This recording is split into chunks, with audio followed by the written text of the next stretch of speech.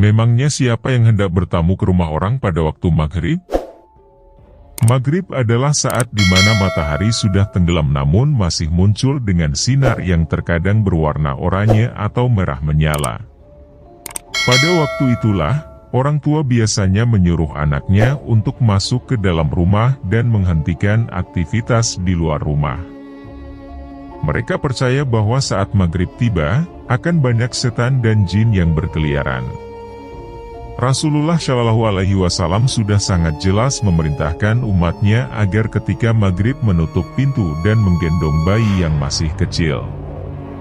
Dalam Sahih Muslim Nabi bersabda yang artinya, "Jika sore hari mulai gelap maka tahanlah bayi-bayi kalian sebab iblis mulai bergentayangan pada saat itu.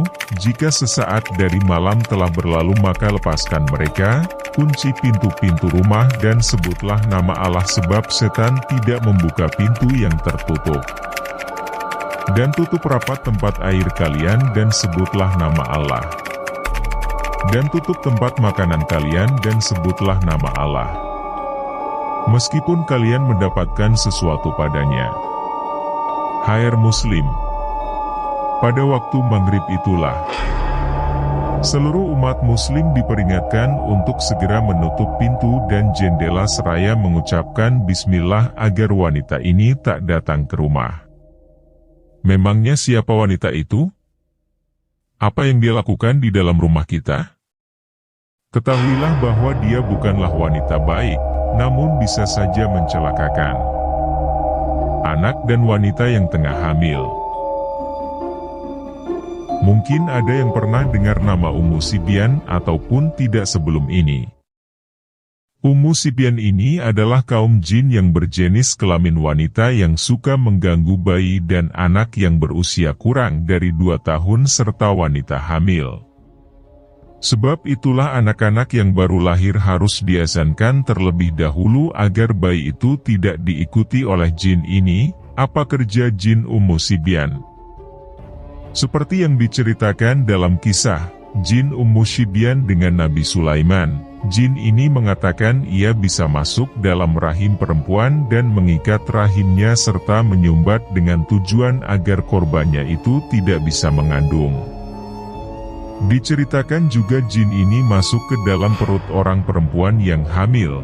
Di waktu janin di dalam kandungannya sedang tumbuh, jin ini akan menendangnya, maka berlakulah keguguran dan jadilah rahimnya kosong semua. Sungguh mengerikan bukan? Simak bagaimana tandanya jika seorang bayi terkena gangguan jin Ummu Sibyan. Di antaranya adalah anak-anak jatuh seakan-akan didorong, mengigau sambil menggemerutukan gigi berulang kali, demam panas hanya setelah asyar sampai sebelum subuh. Sehingga efek dari gangguan tersebut akan mengakibatkan hal seperti ini: autisme, overhiperaktif, nakal dan keras kepala, malas. Tanda-tanda wanita hamil terkena gangguan jin Ummu Sibyan adalah: cara untuk menghindar dari gangguan Ummu Sibyan yaitu metode pengobatan pada yang diganggu setan wanita ini.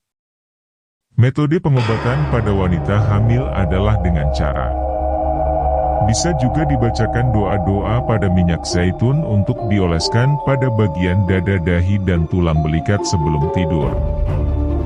Itulah beberapa cara untuk menangkal kedatangan jin perempuan yang bisa mencelakakan keluarga.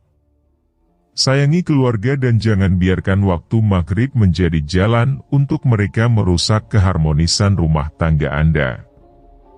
Semoga Allah Subhanahu wa Ta'ala menjadikan kita sebagai orang-orang yang beriman dan bertakwa. Kerja dia tak lain tak bukan adalah mengganggu bayi yang baru lahir dan anak-anak, biasanya yang berumur kurang dari 2 tahun, serta wanita yang sedang hamil. Jin Ummu Sibyan memiliki wajah yang mengerikan dengan mata yang besar dan berjalan di dinding seperti cicak. Ummu Sibyan juga dapat mengikat rahim wanita serta membunuh bayi yang masih dalam kandungan. Bayi menangis melalak, matanya terbelalak memandang ke atas sudut tertentu. Sawan tangis. Rasa sesak dada terutama setelah waktu asar, yang mungkin berlangsung sampai tengah malam, kusut pikiran, sakit di bagian tulang-tulang belakang, mengigau ketika tidur. Bermimpi dengan mimpi yang menakutkan. Tutup pintu dan jendela rumah waktu maghrib. Jangan angkat atau masukkan baju yang sudah dijemur di luar rumah pada waktu maghrib walaupun jemuran belum kering. Tiarapkan anak, jangan biarkan matanya melihat ke arah dinding atau pojok ruangan.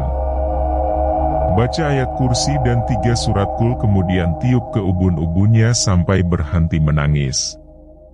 Halau dengan bahasa sendiri seperti misalnya, "Wahai Ummu Sibyan, pergilah kau keluar dari rumahku dan jangan ganggu anak-anakku, insya Allah Ummu Sibyan akan pergi." Bacakan doa-doa untuk menghindari setan termasuk doa menghindar sihir seperti Surah Al-Fatihah, Ayat Kursi, Surah Al-Baqarah, Surah Ali Imran dan Surah Al-Mu'awwizat, pada 1 sendok madu asli dan kurma untuk dimakan setiap hari sebelum sarapan.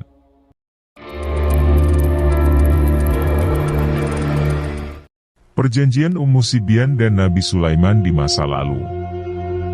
Perjanjian Ummu Sibyan dan Nabi Sulaiman adalah salah satu cara untuk mengusir jin atau ruqyah secara syar'i.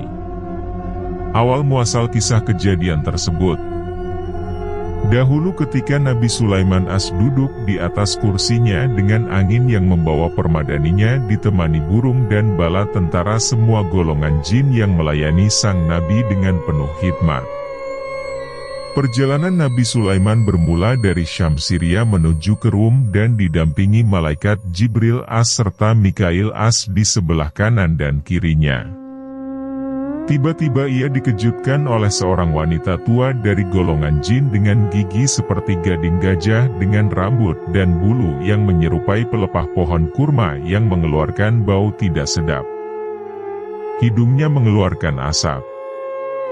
Suaranya seperti petir yang menggelegar kuat dan dahsyat dengan lolongan seperti serigala dan ringkikan himar, keledai.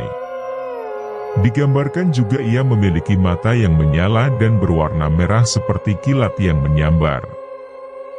Memiliki perawakan yang tinggi besar yang kedua kakinya mengangkangi antara 2 lembah dengan perkataan keji yang sangat buruk.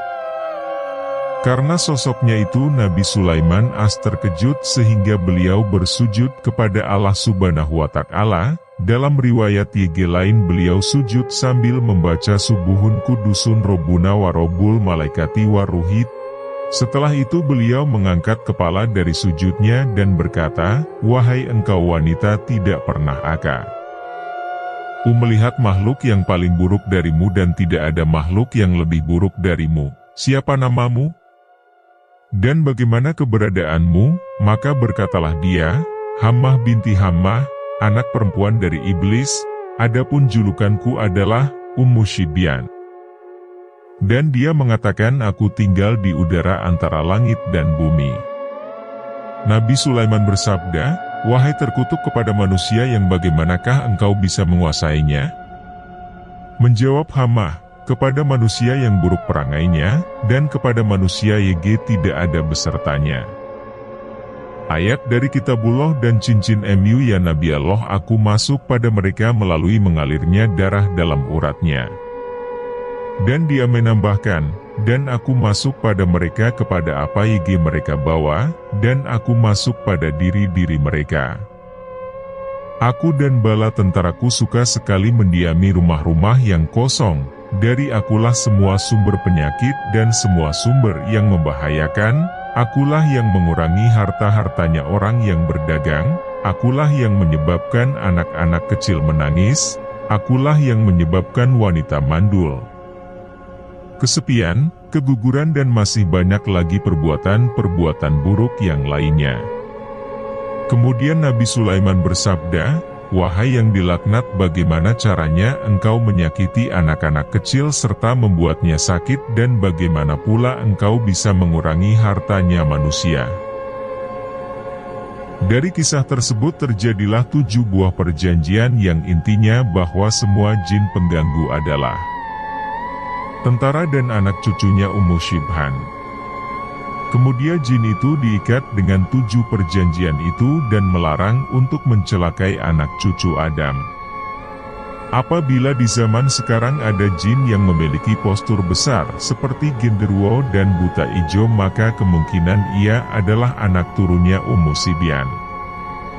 Apabila mereka mengganggu dan merasuki seseorang, tinggal teriakan saja. Aku mengajak kalian kepada perjanjian yang diberikan Nabi Sulaiman kepada kalian, hendaklah kalian keluar dan pergi dokter rumah tubuh ini.